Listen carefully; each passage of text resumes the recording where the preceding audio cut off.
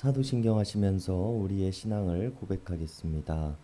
전능하사 천지를 만드신 하나님 아버지를 내가 믿사오며 그 외아들 우리 주 예수 그리스도를 믿사오니 이는 성령으로 잉태하사 동정녀 마리아에게 나시고 본디오 빌라도에게 고난을 받으사 십자가에 못 박혀 죽으시고 장사한 지 사흘 만에 죽은 자 가운데서 다시 살아나시며 하늘에 오르사 전능하신 하나님 우편에 앉아 계시다가 저리로서 산 자와 죽은 자를 심판하러 오시리라.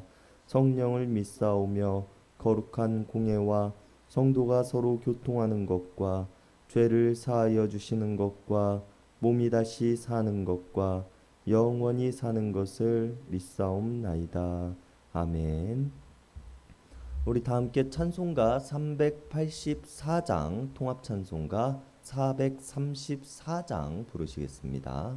찬송가 384장 통합찬송가 434장입니다.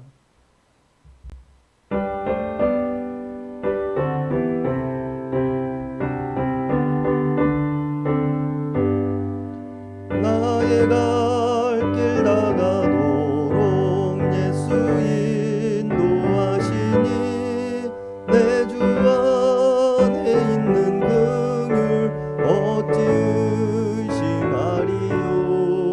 믿음으로 사는 자는 하늘 위로 받겠네.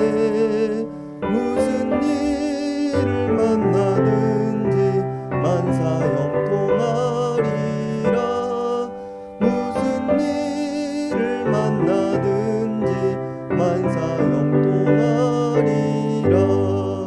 나의 갈 길 다가도록 예수 인도하시니 어려운 일 당한 때도 족한 은혜 주시네.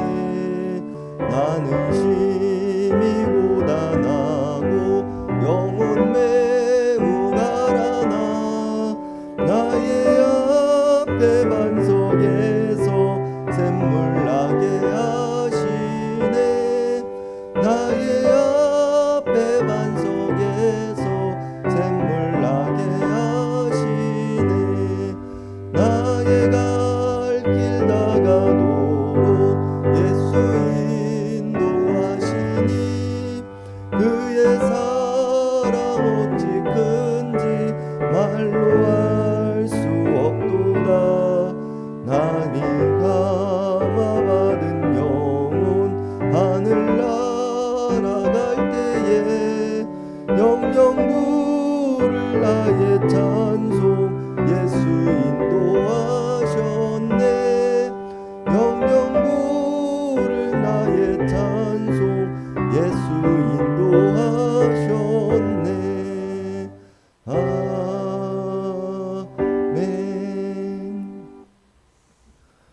오늘 우리에게 주시는 하나님의 말씀은 창세기 25장 54절에서 67절까지의 말씀입니다.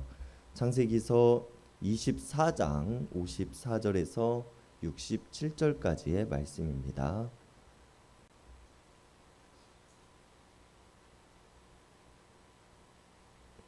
우리 한 절씩 교독하시겠습니다.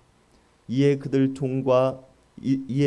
곧 종과 동행자들이 먹고 마시고 유숙하고 아침에 일어나서 그가 이르되 나를 보내어 내 주인에게로 돌아가게 하소서.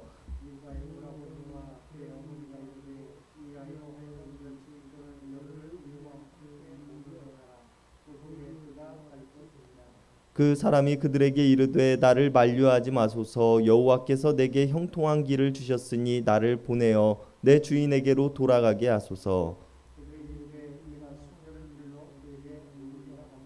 리브가를 불러 그에게 이르되 내가 이 사람과 함께 가려느냐. 그가 대답하되 가겠나이다.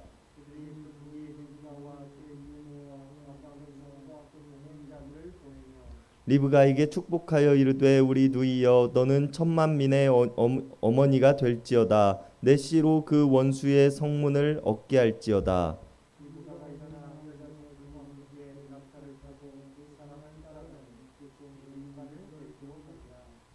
그때에 이삭이 부엘라 헤로이에서 왔으니 그가 네게부 지역에 거주하였음이라.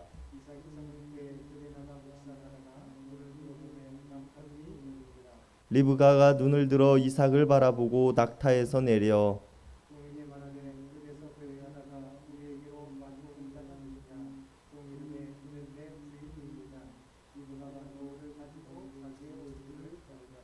종이 그 행한 일을 다 이삭에게 아뢰매 이삭이 리브가를 인도하여 그의 어머니 사라의 장막으로 드리고 그를 맞이하여 아내로 삼고 사랑하였으니 이삭이 그의 어머니를 장례한 후에 위로를 얻었더라. 아멘. 아브라함의 말에 따라 이삭의 배필을 구하기 위해 메소포타미아로 향했던 아브라함의 종은 하나님께 기도함으로 하나님의 마음에 합당한 여인 리브가를 만나게 됩니다. 그리고 그녀의 집에서 환대를 받으며 하룻밤을 묵은 아브라함의 종은 자신과 함께했던 동행자들과 함께 이제 자신의 주인 아브라함에게로 향하고자 합니다. 그렇게 오늘 본문이 시작되어지는데요. 오늘 본문의 시작 54절은 리브가의 집에서 아브라함의 종과 동행자들이 먹고 마시고 유숙하였다고 기록합니다. 이들은 리브가의 오빠 라반이 준비한 환대를 먹고 마시고 누렸다는 말을 통해 아브라함의 아들 이삭과 라반의 동생 리브가의 혼인에 관한 이야기들이 잘 마무리되었음을 우리들에게 보여줍니다. 그리고 아브라함의 종은 아침에 잠자리에서 일어나자마자 리브가의 오빠와 어머니에게 이르기를 내가 주인에게로 돌아가게 하소서라고 말합니다. 이런 아브라함의 종에게 리브가의 오빠와 어머니는 말하기를 이 아이가 며칠 또는 열흘만이라도 우리와 함께 머물게 했다가 떠나갈 것을 권합니다. 우리 성경에는 며칠이라고 기록되어져 있지만 야임이라는 히브리어는 며칠 혹은 1년이라는 시간을 가지고 있는 단어이기도 합니다. 우리는 이 중에서 오늘 이들이 말하고 있는 며칠이라는 단어를 1년 정도 되는 꽤 긴 시간으로 생각해 보아야 합니다. 왜냐하면 이전 창세기 24장 5절과 6절에서는 6절에서 아브라함과 그의 종의 대화가 있기 때문입니다. 아브라함의 종은 아브라함에게 말하기를 이삭의 아내를 찾은 후 그 여인이 나를 따라 가나안 땅으로 들어오지 않으려고 한다면 아들 이삭을 데리고 메소포타미아로 가야 합니까? 라고 질문합니다. 그리고 이런 종의 질문에 아브라함은 말하기를 여호와 하나님께서 나를 내 아버지와 아버지의 집과 내 고향에서 떠나게 하시고 내게 말씀하시며 맹세하여 이르기를 이 땅을 내 씨에게 주리라고 하셨다고 말합니다. 그리고 이 말은 자신의 아들 이삭은 하나님과의 언약에 따라 가나안 땅을 유업으로 받을 자이기 때문에 다시 메소포타미아 땅으로 들어가는 일을 통해 혹여나 다시 그곳에 자리를 잡아서는 안 된다고 말하고 있는 것입니다. 그렇기에 오늘 리브가의 오빠와 어머니의 요청은 아브라함의 종에게 받아들일 수 없는 요구가 되는 것입니다. 그렇기에 이들의 부탁에도 불구하고 아브라함의 종은 급히 길을 떠나고자 했던 것입니다. 그리고 아브라함의 종이 이처럼 아브라함의 말을 굳게 지키고자 했던 이유, 하나님께서 아브라함에게 하신 말씀을 굳게 지키고자 했던 이유는 그가 지난 12절의 말씀에서 자신의 기도가 이루어졌고 형통하게 이루시는 하나님의 역사하심을 직접 경험하였기 때문입니다. 그렇기에 아브라함의 종은 오늘 56절에서 다시 반복하기를 나를 만류하지 말라고 말하고 있는 것이며 나를 만류해서는 안 되는 이유가 하나님께서 내게 형통한 길을 주셨기 때문이라고 고백하고 있는 것입니다. 이렇게 만류에도 불구하고 가나안 땅으로 급하게 돌아가고자 하는 아브라함의 종의 요구에 그의 오빠와 어머니는 이번에는 리브가를 불러 그녀의 의견을 묻겠다고 합니다. 그리고 58절에서 리브가를 불러 그에게 말하기를 내가 이 사람과 함께 가려느냐라고 질문하였고 리브가는 가겠다라고 말합니다. 자신의 고향과 친척과 아버지의 집을 떠나겠노라고 말하고 있는 리브가의 짧은 고백은 하나님의 말씀을 신뢰함으로 자신의 고향과 친척과 아버지의 집을 떠나 하란으로 향하였던 아브라함의 모습을 연상시키기도 합니다. 이런 리브가의 결정에 그녀의 오빠 라반과 어머니는 리브가와 그녀의 유모 아브라함의 종을 보내줍니다. 그리고 떠나갈 리브가에게 축복하여 말하기를 너는 천만인의 어머니가 될 것이라고 말합니다.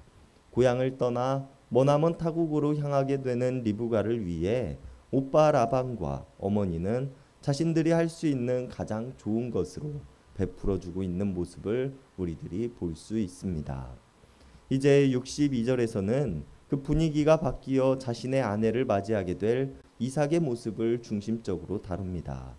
리브가가 아브라함의 종을 따라 가나안으로 오고 있을 때 이삭은 부엘라 헤로이에서 떠나 네게부 지역에 거주하였다고 성경은 기록합니다. 부엘라 헤로이라는 곳은 가나안에서 이집트로 향하는 길목에 있는 곳으로 가나안 땅은 아니었습니다.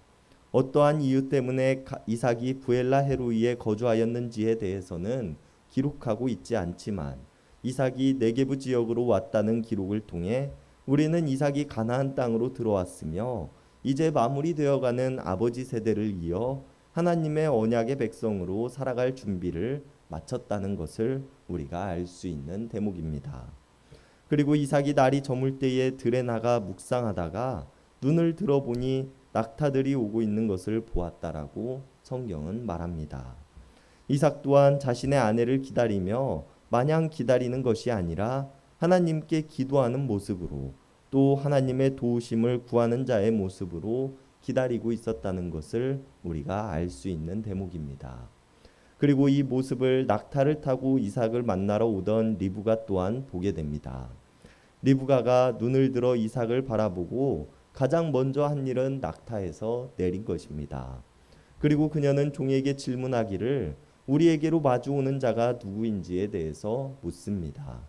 이 문장을 통해서 우리는 리브가가 자신의 남편이 될 사람을 알아보고 낙타에서 내린 것이 아니라 지나가는 나그네를 보며 낙타에서 내리는 모습을 보이고 있다는 것을 통해 리브가가 또한 겸손한 사람이었다는 것을 알 수 있습니다. 그리고 자신의 남편이 될 사람이라는 것을 종에게 듣게 된 리브가는 너울을 가지고 자신의 얼굴을 가렸다라고 말합니다. 성경에는 자세한 이야기를 다루지 않지만 이스라엘에는 여인들이 자신의 얼굴을 가리는 풍습이 없고 혼인할 때에만 얼굴을 가리기 때문에 오늘 리브가가 너울을 가지고 자신의 얼굴을 가렸다는 문장은 두 사람이 혼인 관계에 들어갔다는 것을 의미하고 있습니다. 그리고 66절에서 이삭은 아브라함의 종이 자신이 행한 일들을 아뢰는 것을 들었고 리브가를 인도하여 그의 어머니 사라의 장막으로 리브가를 드렸다라고 기록합니다. 이삭에게 다른 것은 중요하지 않았습니다. 아브라함의 종이 자신의 아버지 아브라함의 말에 따라 행동했다는 것, 그리고 자신의 아내가 될 사람을 하나님께 기도함으로 구하였다는 것을 통해 이삭은 아브라함의 종이 데리고 온 리브가를 아내로 맞이하였으며 그를 자신의 어머니 사라의 장막으로 드렸습니다. 어머니의 장막으로 자신의 아내를 드렸다라는 문장은 이삭에게 있어서 특별한 의미를 가지고 있습니다. 자신의 아내를 온전하게 받아들였다는 의미를 가지고 있기도 하며 자신의 어머니가 많은 민족의 어머니가 되었던 것처럼 이제 자신의 아내 리브가가 그것을 이어 많은 민족의 어머니가 될 것이라는 것을 의미하고 있습니다. 그리고 이 모든 과정은 하나님의 인도하심대로 이루어졌으며 하나님께서 계획하신 대로 이루어졌습니다. 그리고 하나님의 계획을 통하여 이삭은 자신의 어머니를 잃은 슬픔을 위로받았으며 이제 자신의 아내 리브가와 함께 아브라함과 사라가 그러했듯이 많은 민족을 이루며 살아갈 것입니다. 여러분, 하나님께서 인도하시는 길에는 겸손과 위로가 존재합니다. 그리고 그런 하나님의 인도하심을 잘 가르치는 것은 먼저 하나님을 경험한 우리들의 역할이 될 것입니다. 아브라함과 사라가 이삭에게 하나님의 계획과 섭리를 가르침으로 그가 기도하는 모습으로 자신의 아내를 기다렸던 것처럼 또 어머니 사라가 죽은 후 자신의 아내를 어머니의 장막으로 드림을 통하여 하나님께서 계획하신 일들을 부모의 세대에서 자신들의 세대로 온전히 받아들였던 것처럼 말입니다. 그렇기에 우리가 오늘 말씀을 통하여 이 땅의 자녀들에게 하나님의 말씀을 잘 가르침을 통하여서 우리의 자녀들이 하나님을 경외하는 자녀로, 하나님의 뜻과 계획을 이해하고 하나님께 기도하는 자녀로 잘 양육할 수 있는 우리들 모두가 될 수 있기를 바랍니다.